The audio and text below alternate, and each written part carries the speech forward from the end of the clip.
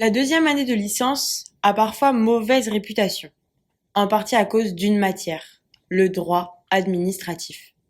Une matière qui nous entoure dans la vie de tous les jours et qui, pourtant, est redoutée des étudiants sortant de L1. Mais pourquoi? Est-ce à cause du contenu du programme qui intéresse peu les élèves? Ou est-ce à cause de la quantité importante d'arrêts à apprendre? On a notre petite idée. C'est pour cela qu'on a décidé de vous présenter 5 arrêts marquants pour vous aider à appréhender le droit administratif plus sereinement.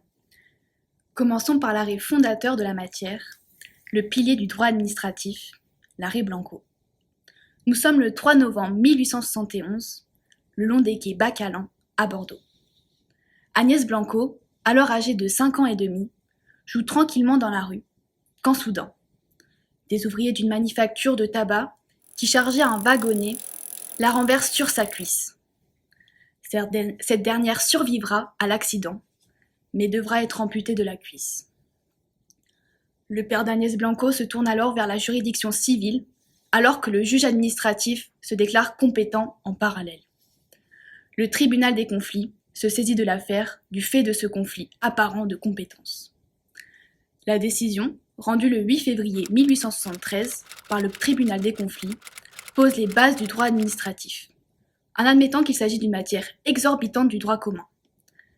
Cette dérogation du droit civil est justifiée par la poursuite de l'intérêt général qui surpasse les intérêts privés. Le juge termine son raisonnement en déclarant que la matière est basée sur un régime spécial et nécessite donc un juge spécial. Décrit comme une pierre angulaire du droit administratif, cet arrêt aura pour conséquence d'en consolider la naissance. 50 ans plus tard, la même juridiction viendra préciser la différence du régime applicable aux services publics administratifs avec celui applicable aux services publics industriels et commerciaux, à travers l'arrêt Société commerciale de l'Ouest africain ou BAC des Locas. Nous sommes alors en Côte d'Ivoire, une colonie française à l'époque, et plus précisément sur la lagune Ébriée, traversée par le BAC des Locas, un bateau utilisé afin de transporter des automobiles ainsi que des voyageurs de part et d'autre de la lagune. Dans la nuit du 5 au 6 septembre 1920, le BAC des Locas, qui transportait alors des voyageurs et des automobiles, coula brusquement. Une personne a perdu la vie dans l'accident et 4 automobiles ont été endommagées, dont une qui appartenait à la Société commerciale de l'Ouest africain.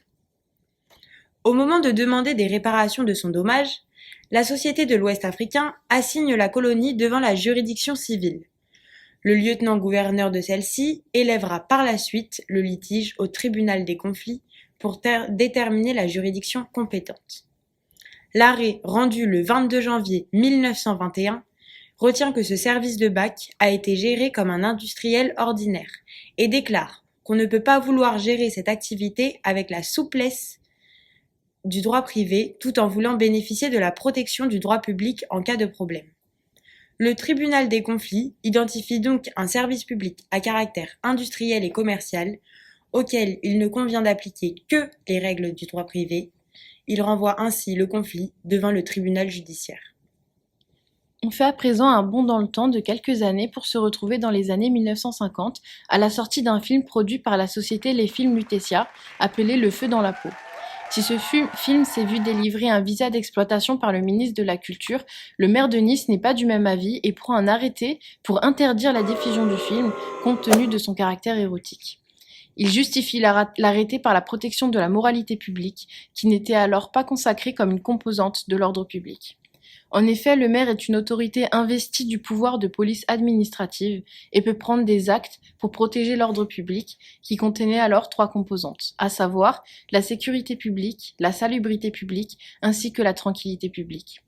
C'est par l'arrêt Société Les Films Lutetia, rendu en décembre 1959, que le Conseil d'État admet que la moralité publique fonde une mesure de police administrative dès lors que l'on est en présence de circonstances locales particulières. Pour continuer sur le sujet de la police administrative, il serait difficile de ne pas citer l'arrêt Commune de Morsan-sur-Orge, rendu par le Conseil d'État le 27 octobre 1995, plus connu sous le nom de l'arrêt du Lancer-Nain. Les faits de l'espèce sont pour le moins originaux. Le propriétaire d'une boîte de nuit, située en Essonne, a eu une idée pour attirer un maximum de clients. Pourquoi ne pas organiser un concours de lancer de nains pour les clients? En effet, c'est une activité plutôt en vogue à l'époque, qui consiste à embaucher un cascadeur qui serait harnaché et protégé d'un casque pour être lancé le plus loin possible pour atterrir sur un matelas amortissant sa chute, avec des cadeaux à la clé pour les clients réalisant la meilleure performance. De plus, le cascadeur est consentant et rémunéré pour son travail. Cependant, le maire de la commune, offusqué par le caractère humiliant de la pratique, prend un arrêté pour l'interdire. Le propriétaire de l'établissement et le cascadeur souhaitent contester la mesure, qui, selon eux, ne peut être interdit en partie du fait du consentement du nain à la pratique.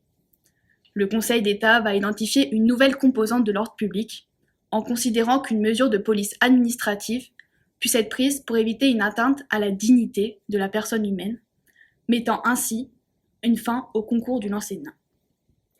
Pour finir, évoquons un arrêt pilier en droit de la responsabilité administrative, l'arrêt Époux-Lemonnier. Nous sommes en 1910, dans la commune de Roquecourbe, dans le sud de la France, lorsque Madame Lemonnier se promène le long d'une rivière. Seul problème, la fête annuelle de la commune se tient ce jour-là sur la rive opposée. Parmi les activités de la fête, un stand de tir est tenu dont le but du jeu est d'atteindre les cibles flottantes situées sur la rivière qui traverse la commune. Un tir malencontreux atteint inévitablement Madame Lemonnier qui fut blessée par une balle qui provenait de l'arme de l'un des tireurs. Elle demande alors réparation au conseil municipal et le litige est élevé au Conseil d'État qui va admettre qu'une seule faute puisse être due à la fois à l'agent et au service public. En effet, si le stand de tir a été mal installé, le maire est également responsable de l'accident du fait qu'il avait été alerté par plusieurs personnes qui craignaient pour la sécurité des promeneurs. Voici un aperçu du droit administratif. On espère que cette animation des grands arrêts vous aidera à mieux appréhender et dédramatiser cette matière souvent victime de sa réputation, à tort ou à raison. Ça, c'est à vous de juger.